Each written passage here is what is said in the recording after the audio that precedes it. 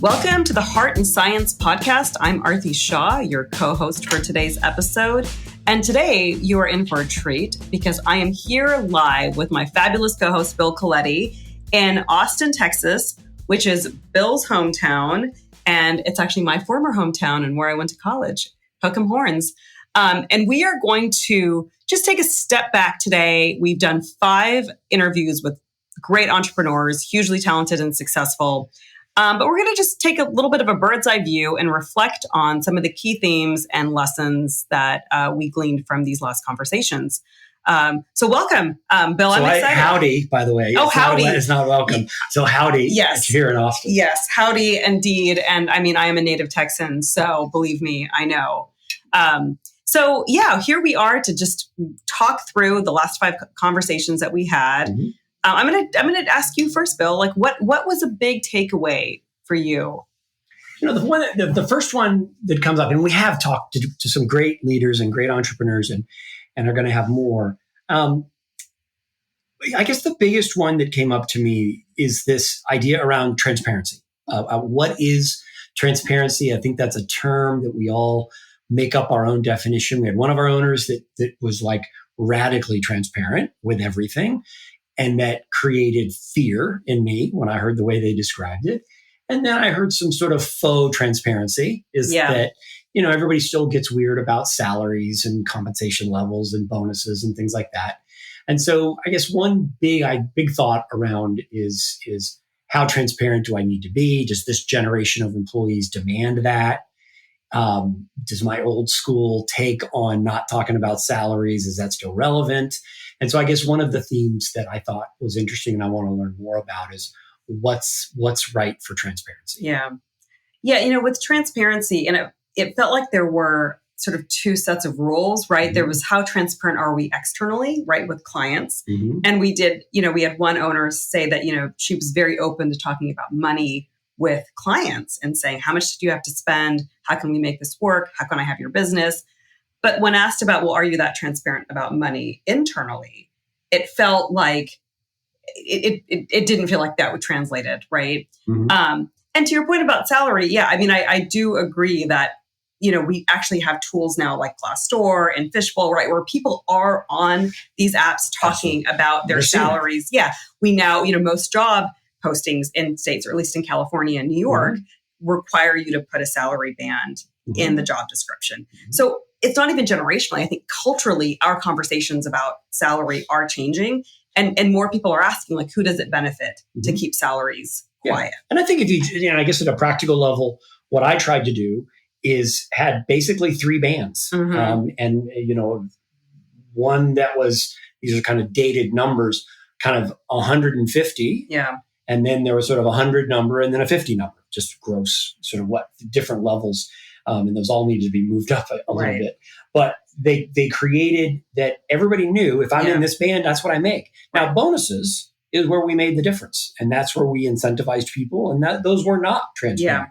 But everybody knew if you're an A, a B, or a C, or an account executive, a vice president, or a partner, in our context, is you knew, okay, person to the left, person to the right is generally making the same $5 a month that I'm making. Right. And so that was one level of transparency, but bonuses were not. You know, one tip that I would give some of these small business owners is I've seen some of the larger agencies, midsize and above, have audits. And so they bring in a third party who does an audit. Different sizes, small firms, big firms? Most of the ones that I've seen do this have been midsize to large. So they'll bring in a third party. They'll do an audit across, across the agency, just to ensure that there is no discrepancy or pay gaps between gender and race. And I don't know if they slice it any other way, but those are the 2 big ones. And then at least you can say to your employees, look, we had a third party come in and assess our salaries, and they did, you know, deem that there was no statistically significant, you know, gaps between, you know, gender or race and whatever else you want to say, you know, experience levels. So even if you aren't willing to go, you know, if you're not ready to be transparent about even salary bands, at least you can tell your people that, hey, look, we had a third party. I wonder if there's like a minimum threshold where that works. Is that under 10 employees that is harder to do because you have 10 data points versus better, 20 data points. And you may not have two people with the same exact experience level or the same titles. Yeah, and you right? have all these random outliers. But I would think by 20 people, absolutely, you absolutely could do that, yeah, right? Mid-teens, I could in the mid-teens. Mm-hmm. Yeah, I love that. I think it also, at a certain level, headcount, you need that outside. Mm-hmm. But I would hope at a firm of a dozen or 6 to a dozen people that you could that there'd be enough trust and confidence. You could do it yourself. And do it yourself. You don't get the halo effect of a third party. Right. But I think we're not going to disclose everybody's salary, but we're going to share some trends or some guideposts along the way. So do it yourself. Exactly. And it shows that the owner is intentional. Right. Yeah. They're intentional about this, and it's on their mind. So I thought that was a great. Yeah. Yeah. And, I think this is something we should explore in future conversations as well, is how people are defining transparency, and like how much that'll differ geographically, age of the founder, the size of the firm. Yeah. Yeah. Yeah. And the other big one that came up is team and culture. And culture came up, I think, in every conversation. We led it there, but I think it came up organically as people were kind of doing their bragging facts. Yeah. I think different people highlighted what culture means. And, you and I have talked about this for a long time, that, culture kills your strategy. Yeah. I've heard that phrase used. But that's like an eye of the beholder is my take. Yeah. And I don't think everybody's definition of culture is the same. Oh, absolutely. I mean, culture to some people, it's the bar cart, right? We have a bar cart at 4:00. We have bean bags. Right. We have snacks. That's, of course, we have culture. Mm-hmm. And I thought one of our guests talked about values and really made that central to her agency's culture. And I thought that written down and repeated. And I think she had 6, right? She didn't have 20, well thought out and durable. And conversational. Like what I loved about the way that her values were articulated is that they were very much in conversational language. Mm-hmm. So it was very easy to grasp. There wasn't a lot of flowery, she wasn't trying to build something that was hard to really grasp what the meaning was. But it's also a decision-making tool for her. Yes. Because she could say, when there's a conflict or a fork in the road, default back to values help us make this decision. And I think that's also a North Star for her employees, right? So when they're at a crossroads, they don't have to call her and say, oh my gosh, sometimes they probably do, but it sort of empowers them to look at the values and say, look, if I make this decision, it aligns with this value. Yes. So I feel confidence in doing that. And as we are looking to scale, right, you need to make sure that your people, especially your next bench of leadership, feel empowered to make decisions. And this is this is like a map, a compass for them to do that. It's so helpful. And then we had these other conversations that felt like a little bit of an old school thinking on culture. Yeah. Culture is an event. Yeah. A cocktail or a Christmas party or a holiday, whatever the case may be. Team building retreat. And I don't want to criticize that. Those are good. Those are not bad things. Right. But they don't give you that North Star. Yeah. That we did a truth fall at the retreat doesn't really, to your point, instill confidence to make decisions in front of a client. Right. It doesn't really do that. Right. And I think those are, like you said, that they're tools, right? But they're not, that shouldn't be the foundation. Mm-hmm. The other thing I noticed was a lot of the owners, it felt like, to me, like culture is to some degree, like how it feels to work at your agency, like how it feels for both the employees, how it feels for the client to engage with your employees. And it felt a little bit like a lot of the owners were going on vibes, right? Yeah. They were just like, I think it feels good. People feel great about being here. But I would like to see a little bit more rigor at boutique agencies around assessing what it actually feels like, and giving people, whether that's clients, whether that's employees, sort of a safe space to kind of voice their experience. Yeah. Assessment's hard. Assessments are hard. Assessment's hard. Yeah. And so I tried it with 6 people, and it was just downright weird. And it was just, this was an assessment of, I don't remember which tool we used. We used some tool that we paid $1,000 for, as I remember. And it sent you a questionnaire, and then the report came back to me, and with some open-endeds, some tick boxes, but some open-endeds. Yeah. And with 6 people, it was very weird. The feedback was, Bill, why didn't you just ask me about this stuff? Why do I need Acme Company to tell you what we think about us. And you did surveys? Yeah, it was a survey. Okay. It was a survey, and it was just weird. And then one year I did a Google form, a Google questionnaire, and equally odd. Oh, really? Even with just wow, okay. Far lower friction on that. So I love it, and I love the data because back at H&K and PSI we did that stuff. Yes, it was great, but you had more than 6 data points. Right.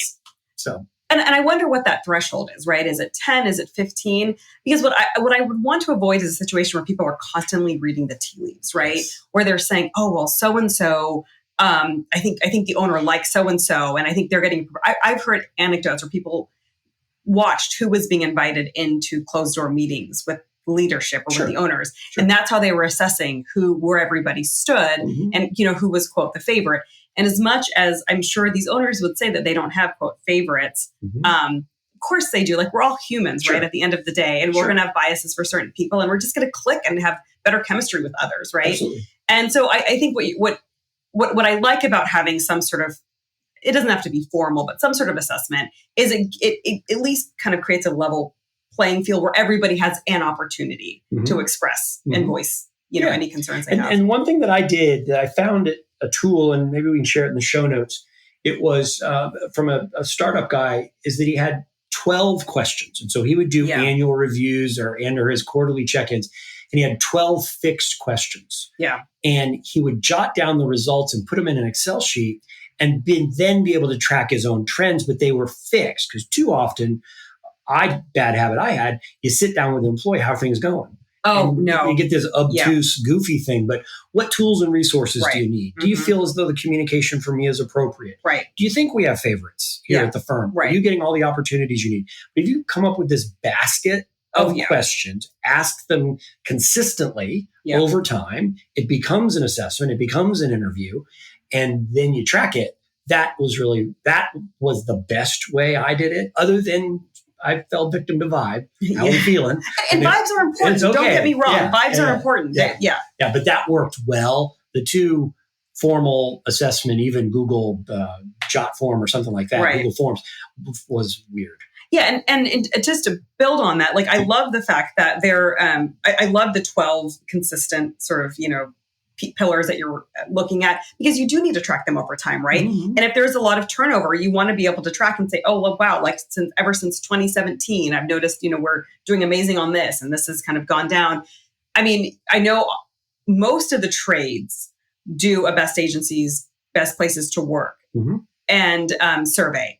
And I don't know what the cutoff is, but I think any agency over like 10 people can participate. But again, don't hold me to that, because I don't actually know for sure. But that would be a first step, right? You can participate in that. And some of them make you pay for your results. Some of them give them to you for free, or at least a condensed version. So, I mean, that's one area. If you don't want to take on that. It's a data point. It's a data point, and you can do it year over year. And those questions tend to be consistent. The biggest feedback I get, or criticism I get of those, is they are long. And so so employees are like, oh my God, I'm a person 85. How much? And that's part of the weird factor. Yes, exactly. Yeah. Just related is one of the things that I think we should do with the podcast, and as we do this, is I'd like to get a sense of time allocation of how much what is the time allocation owners are spending. And so we've talked, a couple of minutes here. Is this assessment, understanding culture and understanding your team, is this 20% of how I should spend my time as an owner? Right. Or is this 5% twice a year? And so I don't, we're not there yet. Yeah. But I think that would be to try to get some means on time. That would be really interesting. Fabulous. Yeah, it'd be really good. Related to this, right? We had a few owners talk about, the reality of people outgrowing boutique agencies, right? And I got the sense that they were very, their take was, well, if you outgrow an agency, our agency, more power to you, we'll send you on your merry way and wish you the best. I don't think that's how it plays out in reality. I think it is disruptive for your employees when somebody leaves, especially a high performer leaves. And it's incredibly disruptive for clients. And as much as the owners will go in and they'll parachute in to make sure that there aren't any gaps, and I think that's a smart thing, they should do that. The client feels it, and I've had clients say to me again and again that, you know what, we had to part ways with this agency because we lost this really important person, And it wasn't the same anymore. So we looked elsewhere. So, I think a little bit of a reality check on how important it is to keep employees and giving, especially your high performers, an opportunity to grow within the agency. It can really help you scale at some point, Yeah. So many thoughts on this. So I think we need to categorize it. There's the voluntary and the involuntary. I think that's sort of one threshold question is that, let me agree with you that it's disruptive. It's disruptive for clients. It's disruptive for the team. Let me also agree with you that I want to be magnanimous. And if you don't want to be here, I don't really want you here. All right. And I'm okay with that. The challenge is that I would be fearful that our team and our employees know all of that and take advantage. That's what I'd be afraid of, is that I know, that it is so hard to replace talent and it's so disruptive to your clients. I'm going to hold you over a barrel. Right. So those are the things all going through my mind. And my default on that is that if I don't have a little with or without you mindset, I could really make herky-jerky decisions about individual employees. Oh, absolutely. So I think there's a balance of, yes, it's a big deal. Everything you just said is true. It impacts clients. It impacts morale, if they're really popular, voluntary or involuntary. Right. But I also don't want anyone to think they're so damn important that the place is going to collapse.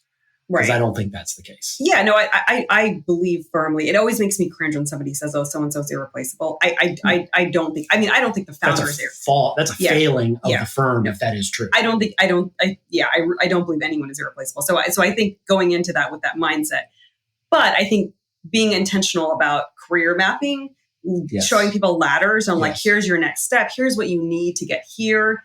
I think that is important. And if somebody does come to you and saying, "Hey, look, I did get a call from another agency and they're offering me a $30K pay increase," to not see that as a threat, depending on how the employee approaches you with it, right? I mean, if they, but if they just say, "Hey, can we meet somewhere in the middle?" Or "When am I up for my next pay increase?" or whatever it might be, to be open and flexible, especially, if as the market changes, right? Because we have moments where our market is so hot. Yeah. I had one moment back when things were on fire where somebody said, "I don't know, I started calling a theater company because I thought, they're performers. They know how to do PR, right?" Right.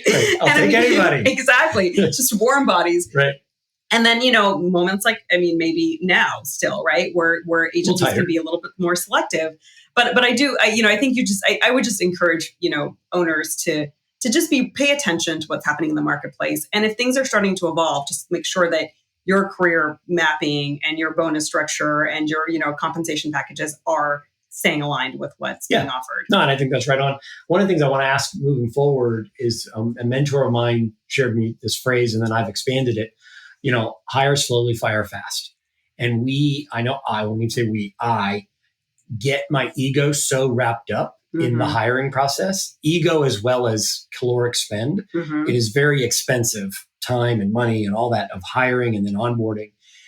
And you don't want to admit you made a mistake. Yeah. And if we get over that, get our ego out of it and fire fast, right? I think it is healthier for everybody involved, as opposed to dragging someone along. Yep. Contrast that. And so these are questions I want to ask owners. You contrast that with a book I read where it says we subscribe to sort of submarine management, meaning we're underwater and we got 75 people in this boat underwater and we can't really fire people because there's no place for them to go.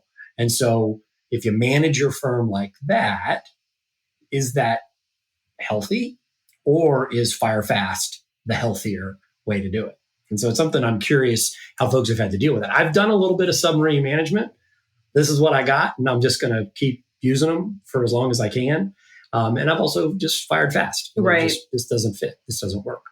Yeah, I'm so curious to hear people's experiences with this as well, because I do think that you can, depending on the caliber and how experienced people are, right? If you fire fast too frequently, you're going to create a culture of fear. There's no doubt. You're a churn and burn. I don't know, and then you don't want your next, the next person saying, "Well, the last two people in your role only lasted for me." Right. So, I think at a senior level, I do think this is important, because at a senior level, there is an expectation that they should be able to come in and ramp up relatively quickly.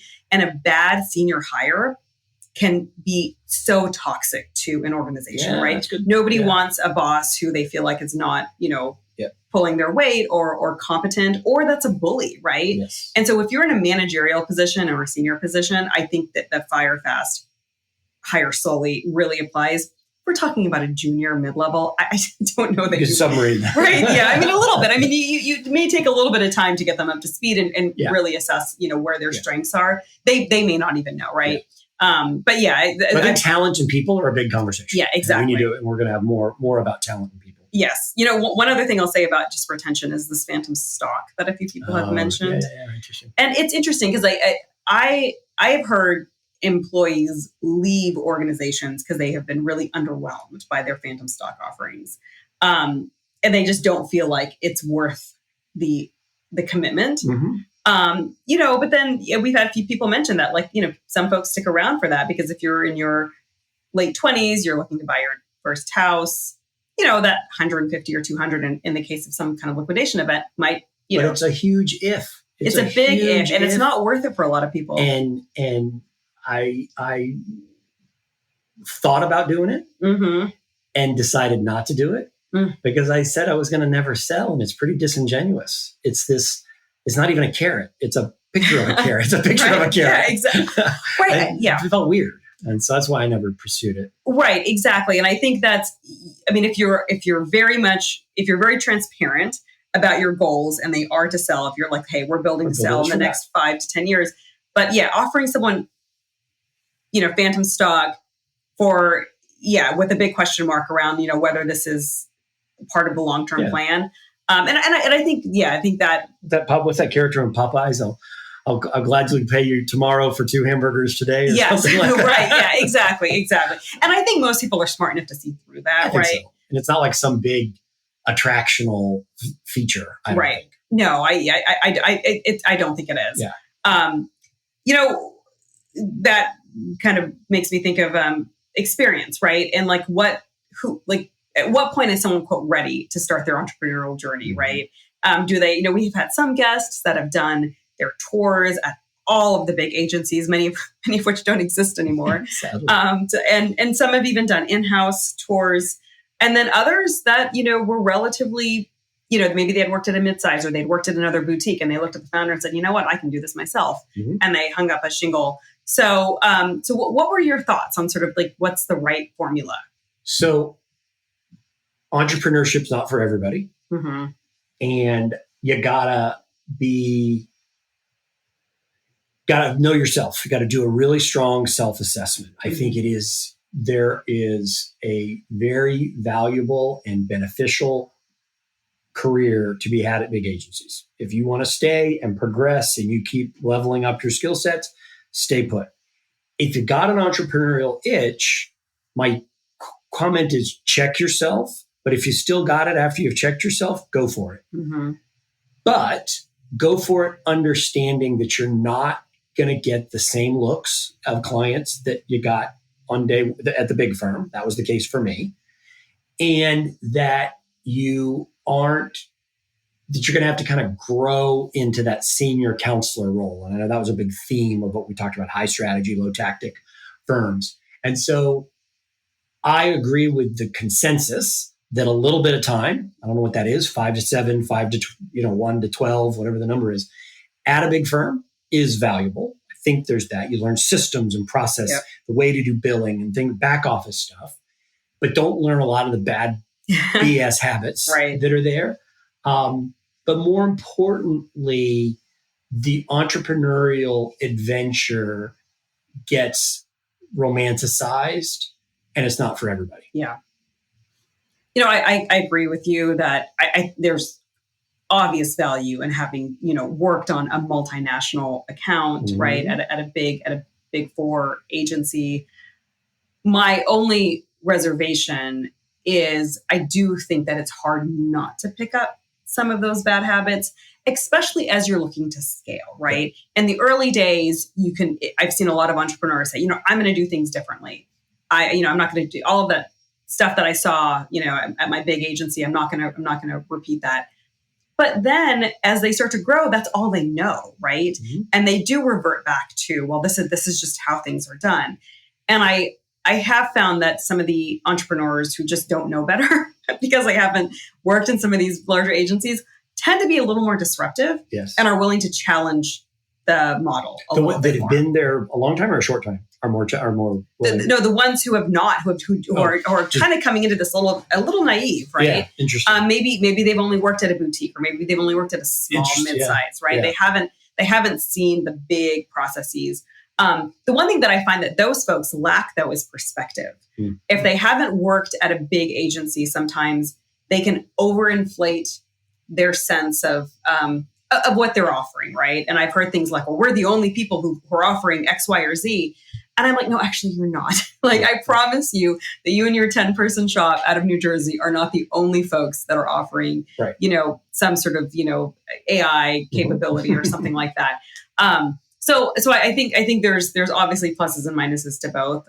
But I do think that perspective that you get from a big agency is really. I think the general consensus is spend a little bit of time somewhere, learn something, and then jump on it. But don't, I waited until I was 45.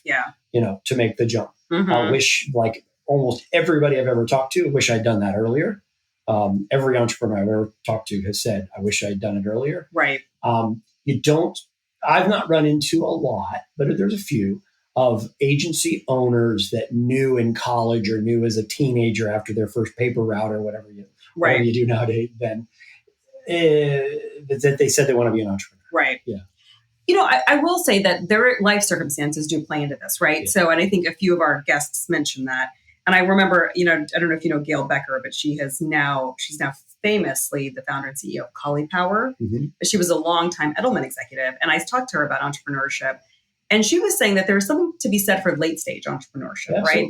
Because, there's a phase of life where you don't have a mortgage, you don't have kids, you're not paying private school tuition, whatever it might be, that you feel a little footloose and fancy free that you can start entrepreneurship.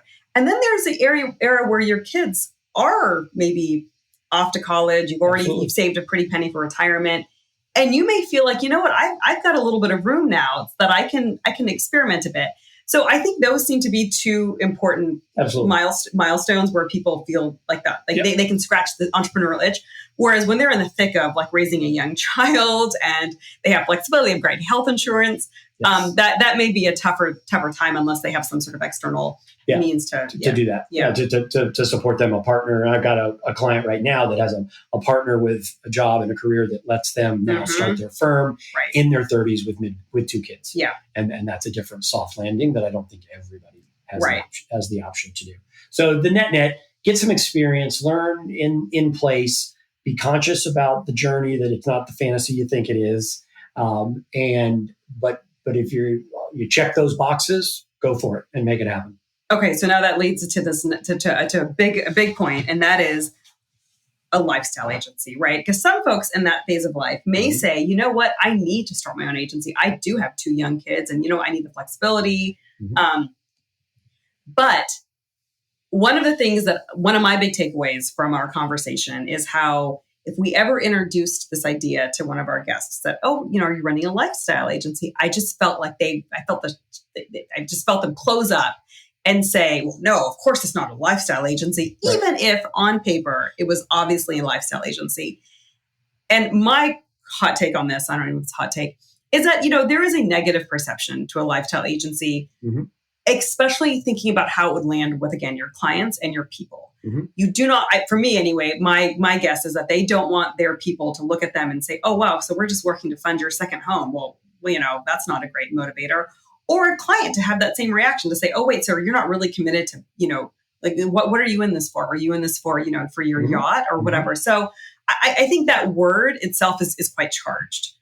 So I think maybe some definitions are important, because I think what we're finding is when we're having these conversations, they self-define. Yeah. And so I think the context is we have lifestyle versus performance. And are we building a firm for performance, or are we building a firm for lifestyle? I agree with you. People have a visceral negative reaction to this lifestyle type of firm. But I think that as words go, they're super valuable. And I think owners need to use those words to make decisions. Whether you go to the market that way, lifestyle can be, we're a super focused niche firm, right. and we're only going to serve a handful of clients and do them really well. And we're not going to open up a second office or a second city or something like that. Then we're going to open up a digital shop. We're opening up an AI shop. We're going to open up, because there's this new trend. Those are the behaviors of a performance firm. Open up a second office. Those are a performance firm, bringing on a lot of employees. So I think you can get away. Well, first of all, I think you have to make the decision internally. You got to, as the owner, you got to decide, I'm building a this or a that. And then you can message it better in the marketplace on the why, on the why you make those decisions. And so as we've talked about this, I think it is back office, behind the scenes mind work that owners need to do.